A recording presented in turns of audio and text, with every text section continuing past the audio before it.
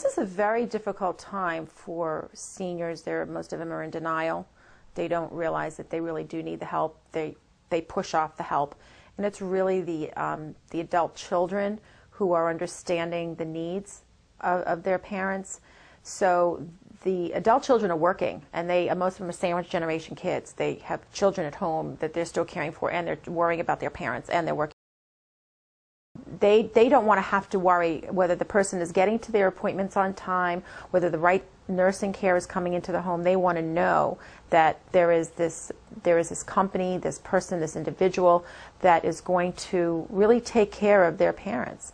And there is such a trust issue here, and it's scary. And most seniors do not want strangers in their home. I mean, I think that's the biggest challenge.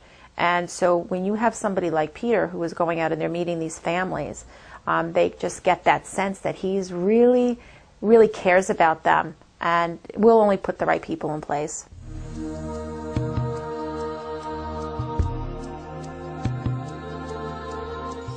They were very, very good to me, and I was very satisfied. I was very impressed with these girls. I couldn't have gotten anyone better. So I was very impressed with senior helpers.